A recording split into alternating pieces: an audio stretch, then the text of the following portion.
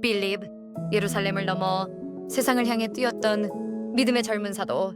여러분 안녕하세요. 오늘은 예루살렘을 넘어 사마리아와 광야까지 담대하게 달려갔던 젊은 사도 빌립에 대해 이야기해 드리려고 합니다. 말씀을 따라 움직이는 삶이 어떤 모습인지 함께 생각해 보면 좋겠습니다. 빌립은 초대교회가 처음 세워졌던 예루살렘 공동체에서 선한 영향력을 가진 7 집사 중 한 사람이었습니다.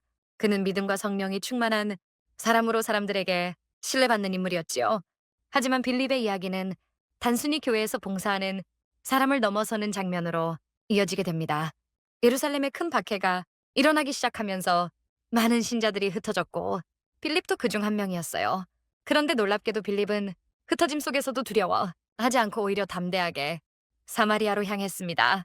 사마리아는 당시 유대인들이 가까이 하기 꺼려하던 지역으로 문화도 다르고 관습도 달라 마음의 벽이 높았던 곳이었지요. 하지만 빌립은 그 벽을 두려움이 아니라 사랑으로 바라보며 복음을 전하려 한 걸음 한 걸음 나아갔습니다. 그곳에서 빌립은 많은 사람들에게 예수님의 이야기를 전했고 많은 이들이 마음의 감동을 받기 시작했습니다. 병든 이들이 낫고 악한 영에 억눌렸던 사람들이 해방되는 기적도 일어났습니다. 사람들은 놀라워하며 빌립이 전하는 말에 귀를 기울였고 그의 사역은 더욱 커져갔습니다. 빌립은 사람들의 관심을 자신에게 돌리지 않고 오직 예수님께로 향하게 하는 겸손한 사람이었습니다. 그는 자신의 능력을 드러내려 하지 않고 하나님께서 행하시는 일이라고 말하며 늘 겸손한 마음을 잃지 않았습니다. 그러던 어느 날 하나님의 천사가 빌립에게 나타나 뜻밖의 길을 걸으라고 말씀하셨습니다. 남쪽으로 내려가 예루살렘에서 가사로 이르는 광야길로 가라. 광야는 사람이 거의 다니지 않는 외로운 길이었고 사마리아에서 큰 열매를 보던 때였기에 누구라도 왜 그곳으로 가야 하는지 궁금해할 만한 상황이었지요. 하지만 빌립은 이유를 묻지 않고 즉시 순종하며 그 길로 나아갔습니다. 그곳 광야에서 빌립은 한 사람을 만나게 되는데 그는 에티오피아 여왕의 고위 관리로 성경을 열심히 읽으며 하나님을 찾고 있던 사람이었습니다. 그는 이사야서를 읽고 있었지만 그 뜻을 제대로 이해하지 못해 답답해하고 있었습니다. 그때 성령께서 빌립에게 저 병거로 가까이 가라 말씀하셨고 빌립은 주저하지 않고 그에게 다가갔습니다. 빌립은 그가 읽고 있는 말씀을 함께 살펴보며 예수님이 어떤 분인지 자세히 설명해 주었습니다. 말씀을 들은 에티오피아 관리는 마음이 뜨겁게 변하기 시작했습니다. 그는 빌립에게 제가 세례를 받아도 되겠습니까? 하고 진심 어린 마음으로 물었습니다.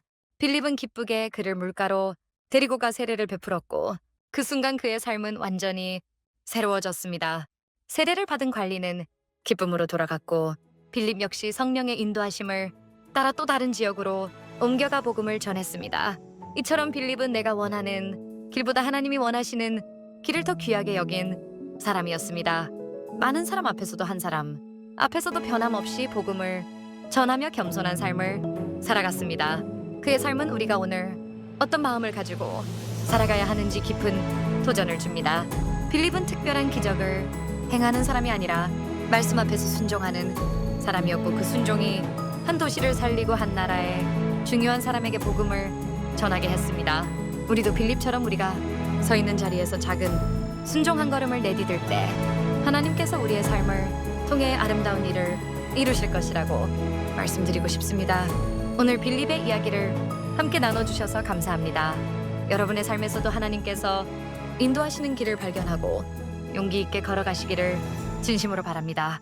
다음 시간에도 성경 속 아름다운 인물 이야기를 들려드리겠습니다.